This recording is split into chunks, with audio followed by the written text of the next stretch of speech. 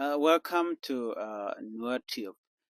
We have a breaking news in South Sudan, in one of the refugee camp in South Sudan, refugee camp in Ruweng.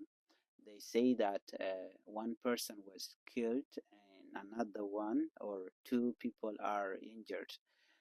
Here they say that insecurity has been on the rise in the Ajong Tok refugee camp. Ajong Tok refugee camp is one of the camp there. In Ruweng administrative area, with the latest incident being the killing of a woman and injuring two other people on Sunday. So one of the person who got killed is woman. The other two that got injured are men, two men.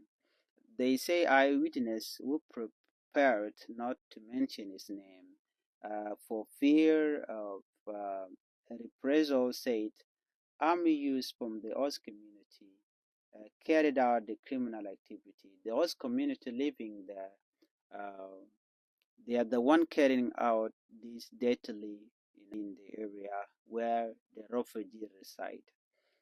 Ajong Tok refugee camp was established in March 2013 to accommodate refugees from South Kordofan in Sudan with an initial capacity of 24,000. The camp now accommodates over 55,000 people. The camp is 70 kilometers from the Yida refugee settlements area. The deceased woman, a person called Eptisan Kowa, made her death while at her hours in the block 12 in the camp. They say that this woman was trying to help a certain man. This woman was at her hours when a criminal came and started beating some youth at around 9 p.m. on Sunday, and an eyewitness narrated one of the youths being beaten ran to the house of Kowa.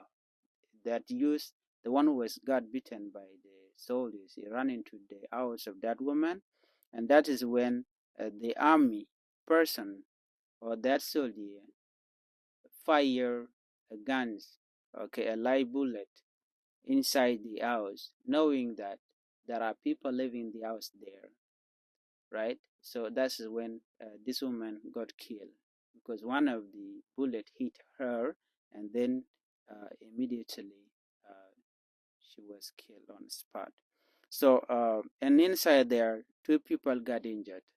One of the injured people is in critical condition at the hospital. That's what they say. We mean that that person's in a critical condition as we are speaking. So this is what happened. The people or the people of South Sudan been calling international community to push South Sudan leaders to implement peace, unity, and love so that there could be a way of stopping this mass killing. Imagine in different camps in South Sudan, most of the time they are these armies who go and then kill people in the camp without being held responsible. Nobody asks them about their wrongdoing, and then people end up being killed. So this is what happened there in that refugee camp.